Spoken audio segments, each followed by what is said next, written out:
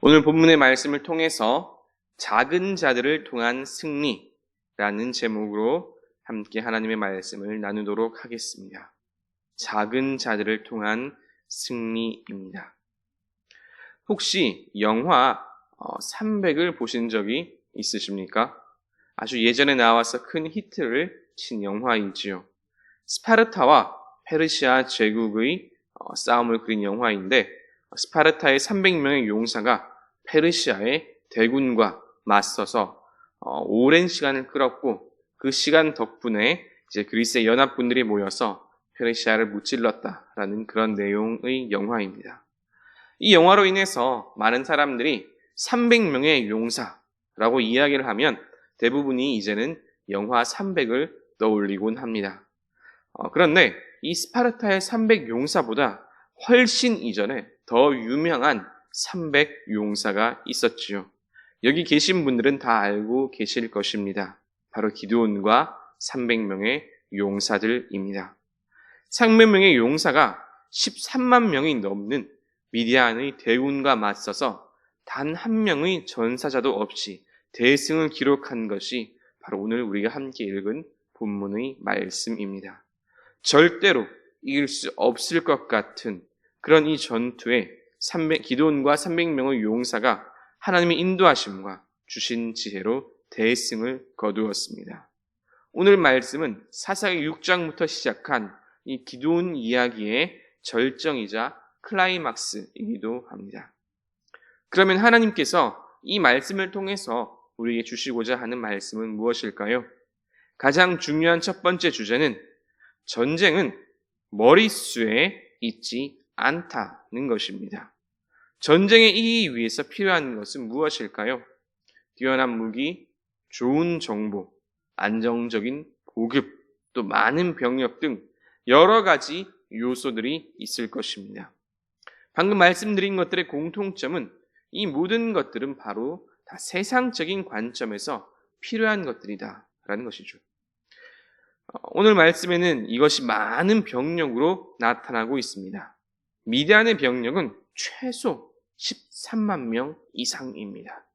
이 병력이면 당시 웬만한 국가는 박살을 내고도 남을 만한 그런 병력이지요. 실제로 이스라엘은 이 미디안으로 인해서 수년 동안 고통받았습니다. 하지만 하나님은 오늘 말씀을 통해 아주 분명하게 말씀하십니다.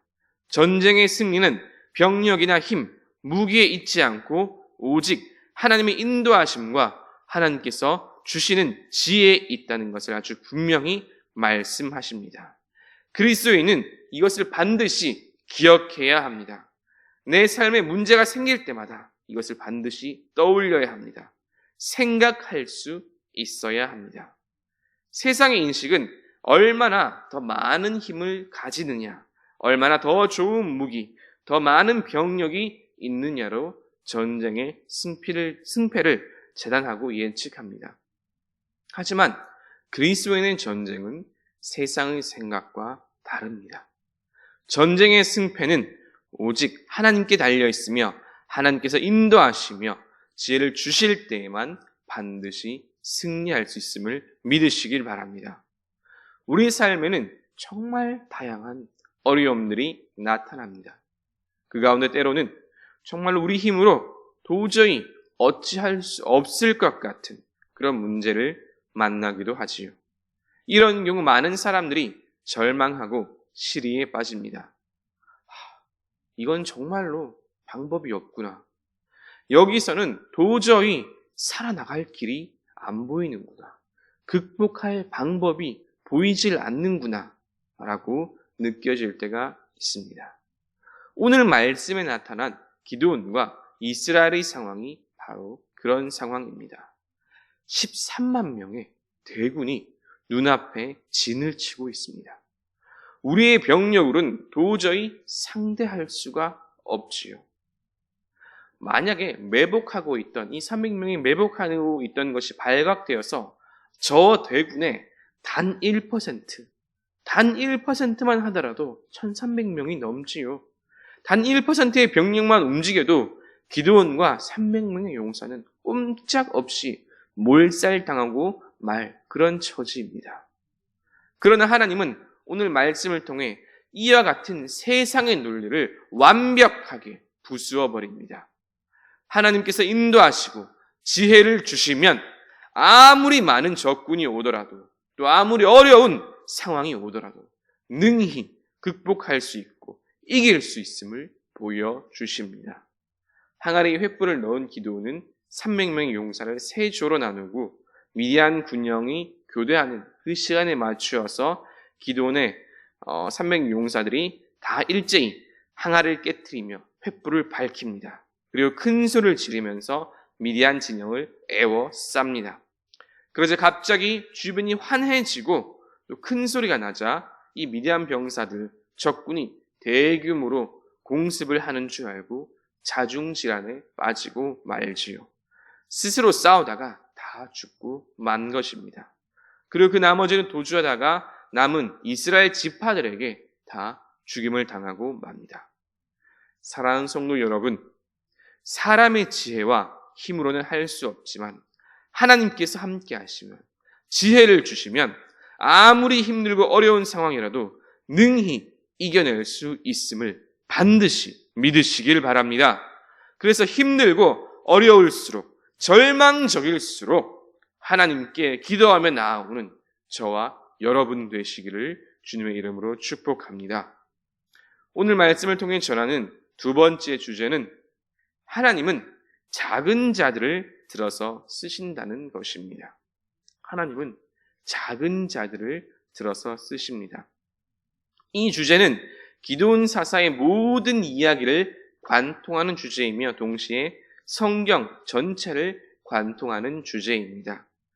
하나님은 언제나 작고 연약한 자를 들어 쓰시며 그들을 통해 하나님의 역사를 이루어 가십니다.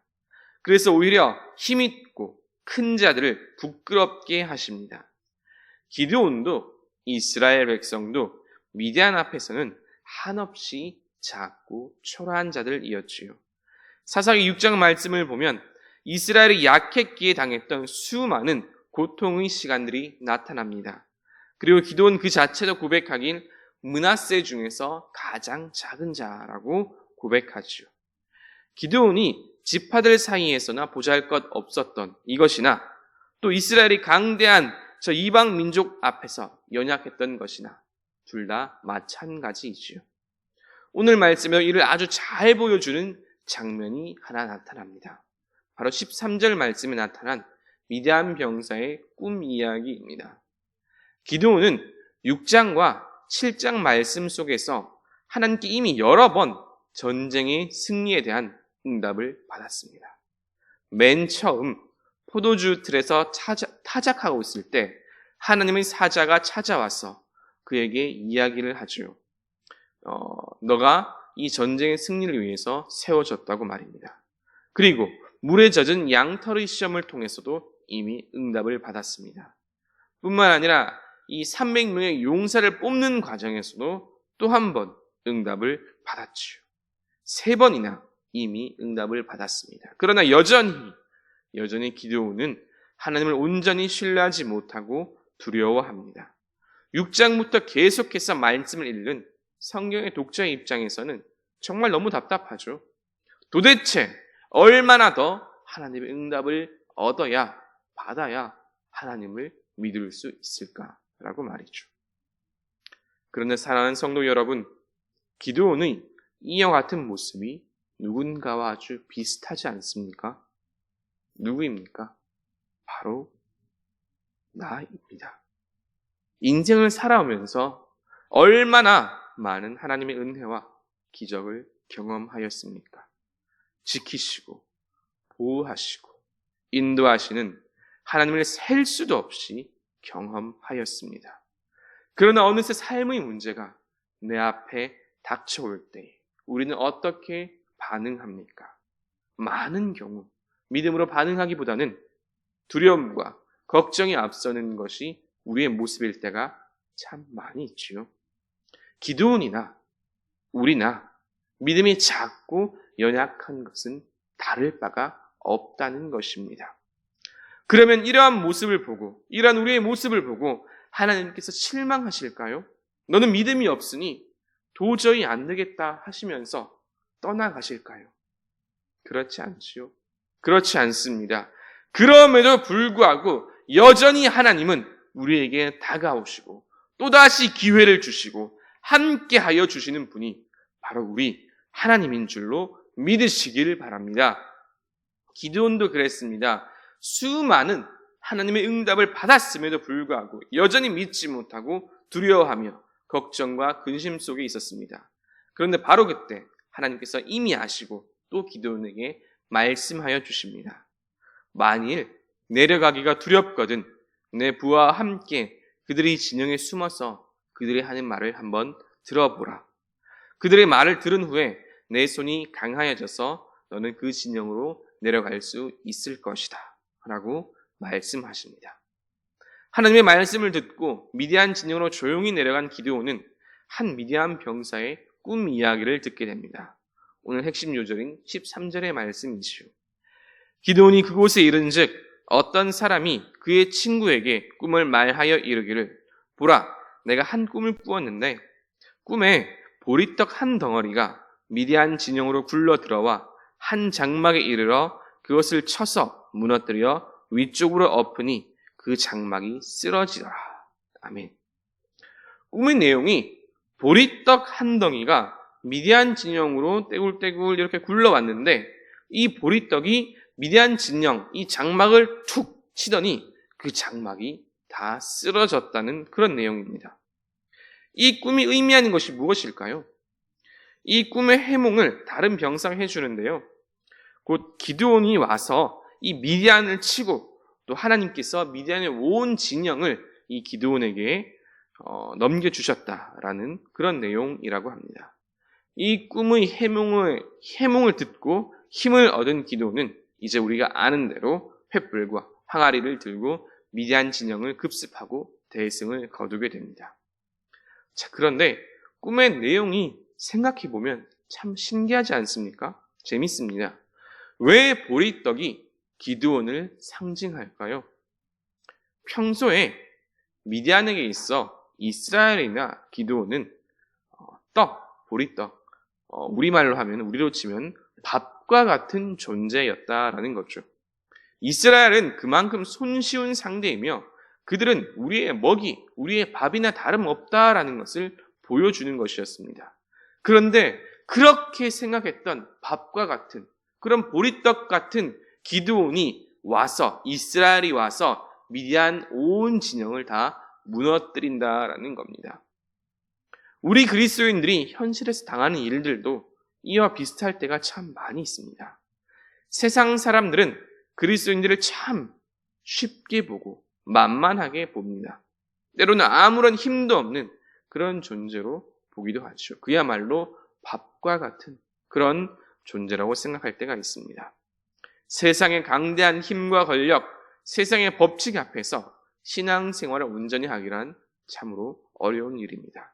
시시각각 우리를 노리고 괴롭히고 잡아먹으려고 하는 그런 세력이 참 많이 있죠. 그러나 그럴 때 오늘 말씀을 꼭 떠올리시기 바랍니다. 세상이 우리를 밥으로 볼지라도 하나님은 그런 밥과 같은 그런 연약한 우리를 사용하셔서 세상의 권세와 법칙을 무너뜨리고 하나님의 나라를 세워가심을 반드시 기억하시고 믿으시길 바랍니다. 이제 말씀을 정리합니다. 하나님은 작고 연약하고 두려움이 많았던 이 기드온도 하나님의 큰 용사로 사용하여 주셨습니다. 우리도 마찬가지입니다. 세상이 주는 두려움으로 어떻게 하나 이렇게 근심하고 있을 때에도 또 세상 사람들이 볼 때에는 작고 볼품 없을지라도 하나님은 그런 우리를 사용하셔서 하나님의 크신 계획을 이루어 가십니다. 이 땅에 놀라운 기적의 역사를 만들어 가십니다. 사랑하는 성도 여러분, 그래서 나의 이 작은 삶이 하나님의 기적의 도구로 쓰임받는 그러한 저와 여러분 되시기를 주님의 이름으로 축복합니다. 아멘. 오늘 말씀을 생각하시면서 찬송가 413장을 함께 부르시겠습니다.